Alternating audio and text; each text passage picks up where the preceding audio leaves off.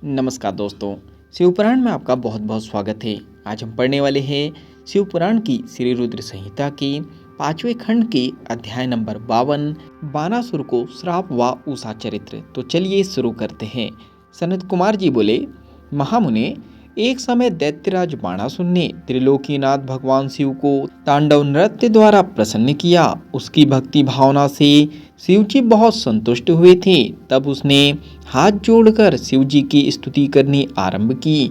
वह बोला, हे महेश्वर, आपके आशीर्वाद से ही मैं इतना बलवान हुआ हूँ। आपने मुझे 1000 भुजाएं दी है, परंतु भगवान मैं इनका क्या करूँ। इन 1000 भुजाओं का प्रयोग तो सिर्फ मैं युद्ध में ही कर सकता हूँ। बिना युद्ध के इनका मैं क्या करूँ। युद्ध किए बिना मेरे हाथों में सिर्फ खुजली होती रहती है, और जब मैं अपनी खुजली को मिटाने के लिए बड़े बड़े योद्धाओं और दिग्गजों से युद्ध करने के लिए उनके पास जाता हूँ तो वे मारे डर के भाग जाते हैं। जब मैंने पर्वतों को मसल कर अपनी खुजलियों को शांत करना चाहा तो उन्होंने आत्मसमर्पण कर दिया। मैंने यम, कुबेर, देवराज इंद्र, वरुण, नैऋति आदि सभी देवताओं को जीत लिया है। अतः भगवान, अब मुझे कोई ऐसा महावीर, बली और पराक्रमी शत्रु बताइए जिससे युद्ध करके मेरी इन 1000 भुजाओं की खुजली शांत हो जाए। दैत्यराज बाणासुर के ऐसे अहंकार भरे वचनों को सुनकर भगवान शिव अत्यंत क्रोधित हुए और बोले, ओ अहंकारी दैत्य, तू बड़ा ही मूर्ख और अभिमानी है। तुझे धिक्कार है। मेरे परम भक्त और महादानी बलि का पुत्र होकर भी तुझ में इतना अहंकार व्याप्त है। अहंकार और अभिमान मनुष्य का सबसे बड़ा शत्रु है और उसे सदा ही पतन की ओर ले जाता है। तुझे भी अब अहंकार और अभिमान ने घेर लिया है, इसलिए अब तेरा पतन भी निश्चित है। अब तुझे कोई भी नहीं बचा सकता। निश्चय ही तेरा सामना अति शीघ्र मेरे वीर और पराक्रमी से होगा, जो तेरी इन गर्विली भुजाओं को मदार की लकड़ी के समान पल भर में काटकर फेंक देगा। तेरे शस्त्रागार में वायु का भयानक उत्पाद होगा। भगवान शिव के क्रोध भरे वचनों को सुनकर भी मदांध बाणासुर पर कोई असर नहीं पड़ा। कहते हैं ना कि जब विनाश का समय आता है तो बुद्धि विपरीत सोचना शुरू कर देती है। इसलिए बाणासुर को युद्ध के निकट आने का समाचार सुनकर अति प्रसन्नता हुई। उसने सुंदर सुगंधित पुष्पों से भगवान शिव की आराधना की और पुनः अपने महल में वापस आ गया।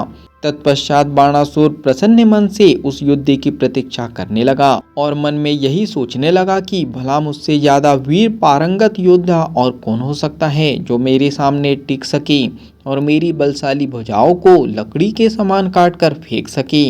बाणासुर अपनी इन्हीं बातों में उलझा रहता था। दूसरी ओर बाणासुर नामक दैत्य की एक अति सुंदर एवं गुणवान कन्या थी, जिसका नाम उषा था। उषा भगवान श्री हरि विष्णु की परम भक्त थी। एक दिन उषा वैशाख मास में श्रृंगार से सुसज्जित हो रात्रि को विष्णु भगवान की पूजा अर्चना करने के पश्चात अपने कक्ष में विश्राम कर रही थी। तब उसे देवी पार्वती की शक्ति के फलस्वरूप अपने में भगवान श्री कृष्ण के पौत्र अनिरुद्ध के दर्शन हुए।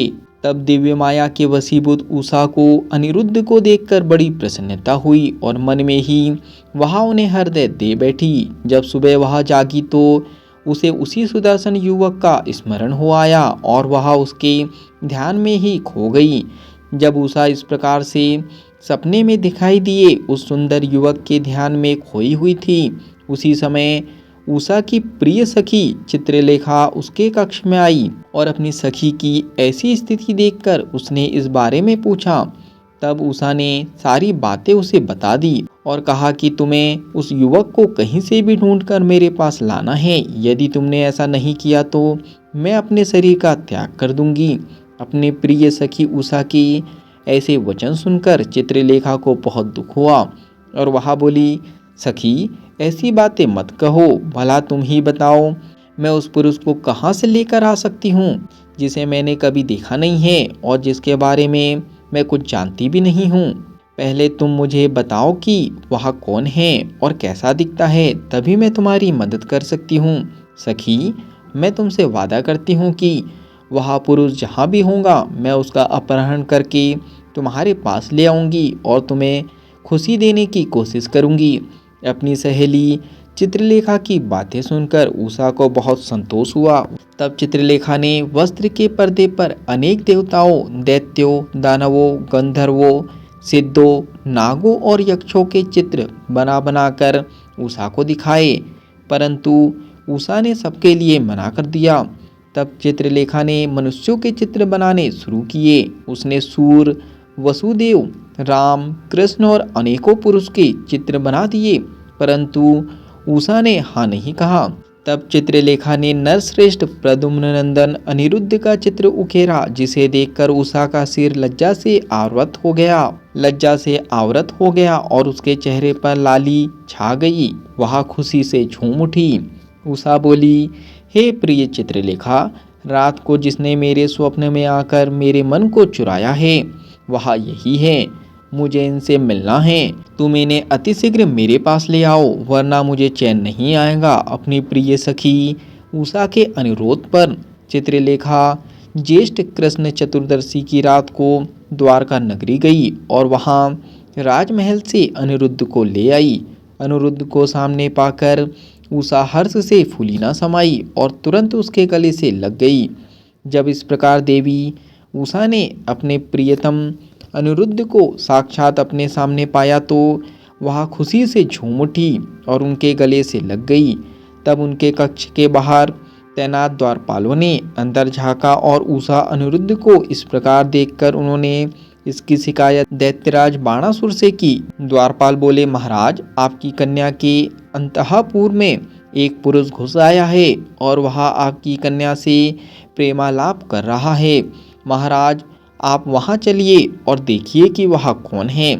आपकी आज्ञा होने पर ही हम सब मिलकर उसे उसकी धृष्टता का दंड देंगे।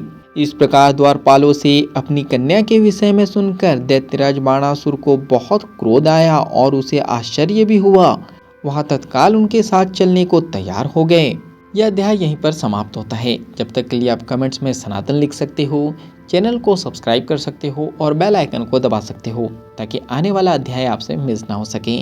तो बाकी हम लोग मिलेंगे अगले अध्याय में। जब तक के लिए धन्यवाद।